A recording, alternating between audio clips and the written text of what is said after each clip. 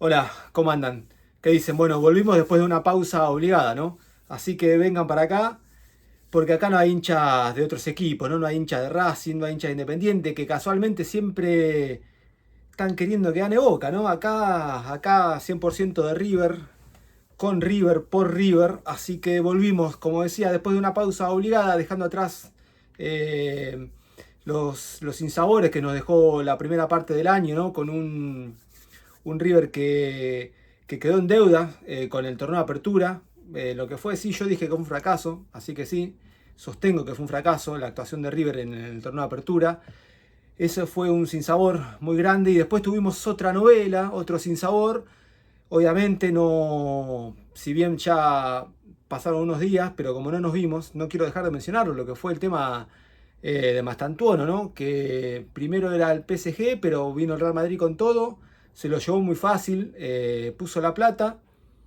A los hinchas de River no nos gustó, primero porque se va muy pronto, 17 años nada más, ahora también va a cumplir 18 en 6 semanas, pongámosle, pero se va muy pronto sin dejar ningún título para River, más allá de que deja la plata, pero cuando nos enteramos cómo deja la plata, todos pensábamos, bueno, viene por la cláusula, la ponen toda, River va a tener un volumen económico importante para incorporar, pero no, ni siquiera eso, porque le pagan en cuotas, la última en el 2027.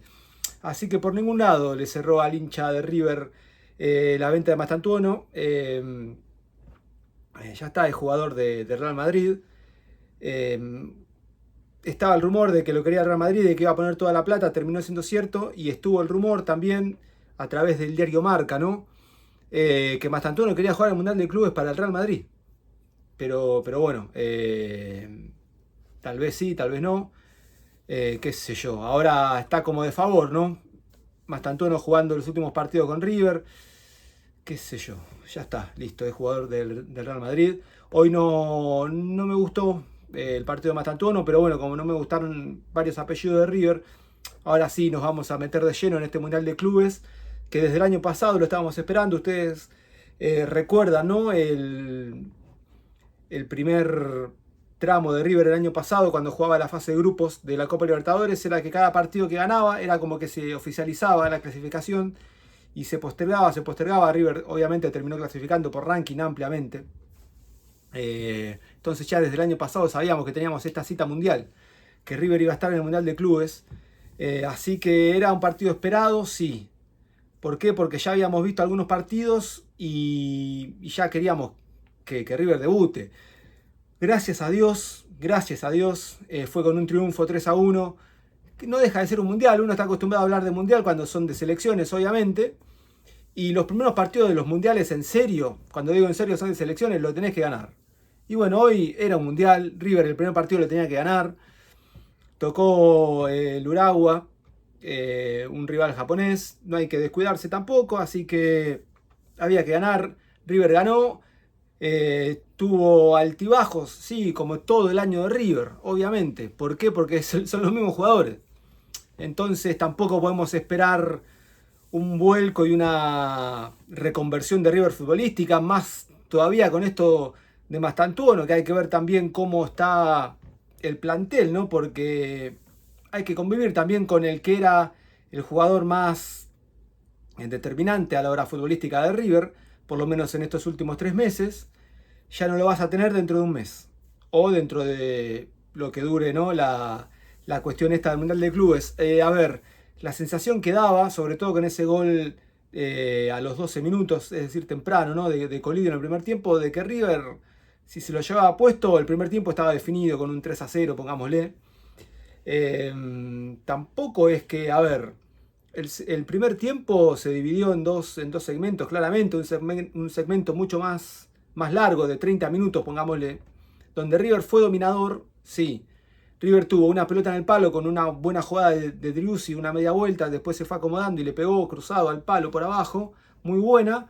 Y después tuvo el gol de Colidio con un gran centro de Acuña y un gran cabezazo de Colidio, 1-0. River estaba sólido, sí, estaba jugando bien, encontraba una fluidez, unos espacios.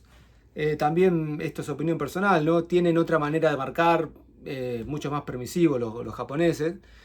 Pero bueno, en esa primera media hora River no corrió ningún tipo de riesgo y sostenía bien la victoria. ¿Por qué? Porque había tenido dos claras, una fue gol y después tampoco es que creó tanto. Es decir, que River era convincente, pero no brillaba. Pero bueno, estaba haciendo lo que había que hacer en definitiva. Pero bueno, a partir de los 30 hasta el final del primer tiempo, River se quedó, lo emparejaron un poco. Y el segundo tiempo fue también dentro de esa bajada de intensidad y futbolística, ¿no? Sobre todo de River. Pero bueno, encuentra el gol otra vez rápido con esa anticipación de Driussi. Veremos lo que tiene Driussi, porque no nos gustó a nadie cómo terminó girando en esa especie cuando apoya el tobillo y todos vimos un giro. Además, cuando termina el partido vemos que no podía salir caminando por sí solo.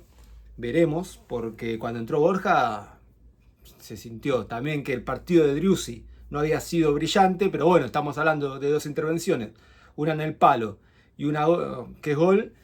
Bueno, Borja no aportó en el circuito de juego, no aportó arriba, así que veremos cómo evoluciona de acá al sábado por la noche, ¿no? Que por la noche nuestra, con el partido contra los mexicanos.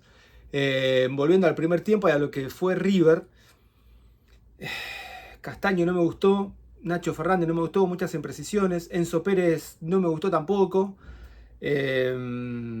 River no sé si abusó, porque hasta qué punto es abusar cuando creo que era algo totalmente trabajado. ¿A qué voy?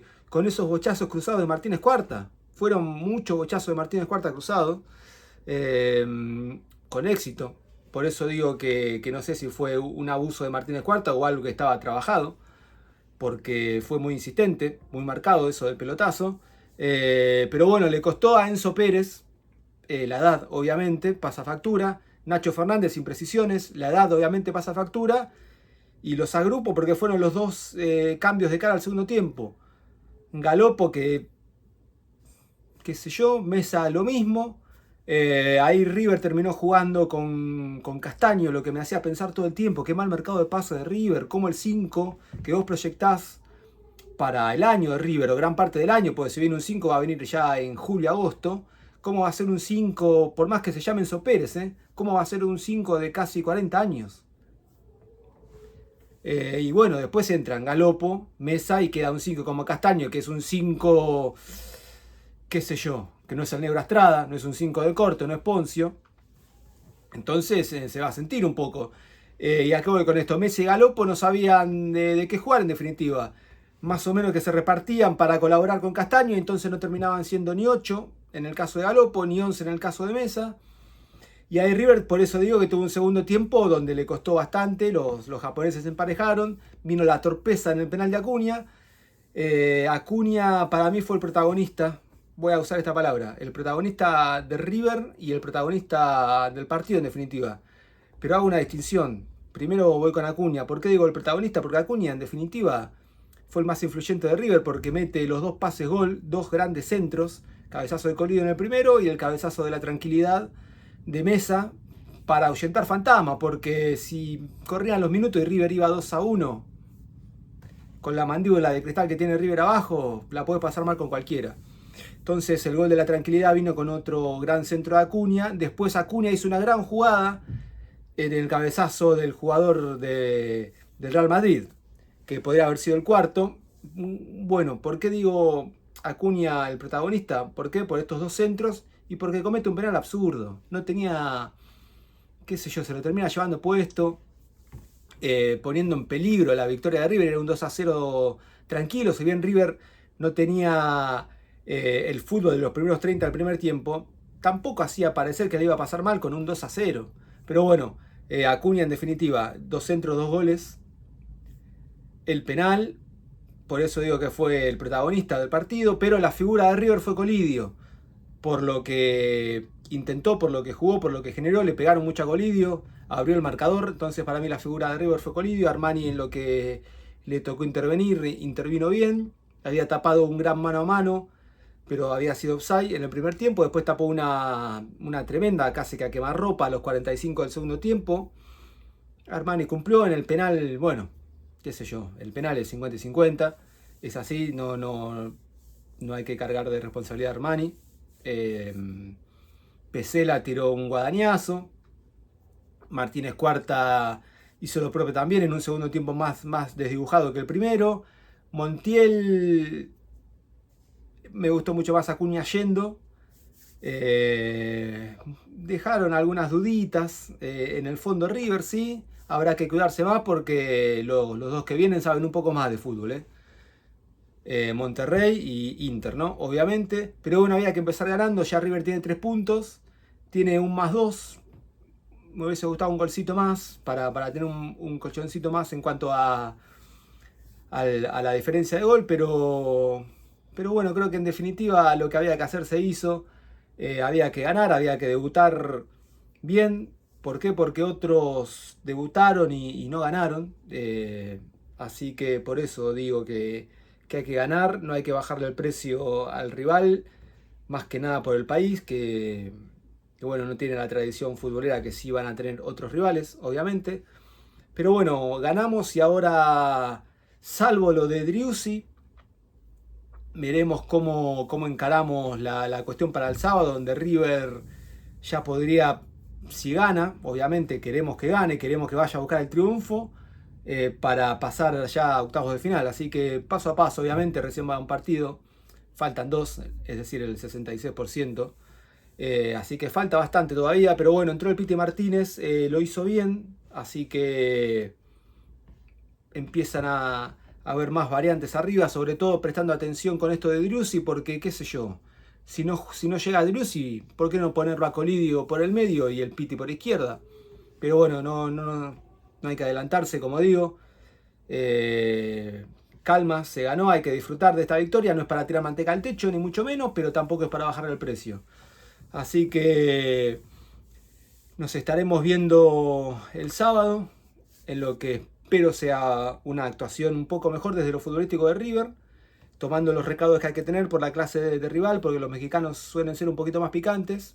Más allá de que siempre los equipos argentinos contra los mexicanos te puede costar un poco más, un poco menos, pero siempre es como que la chapa pesa. Ojalá que sea el caso el próximo sábado. No me quiero olvidar de nada, por eso estaba fijándome, pero no, porque tampoco es que River fue una máquina.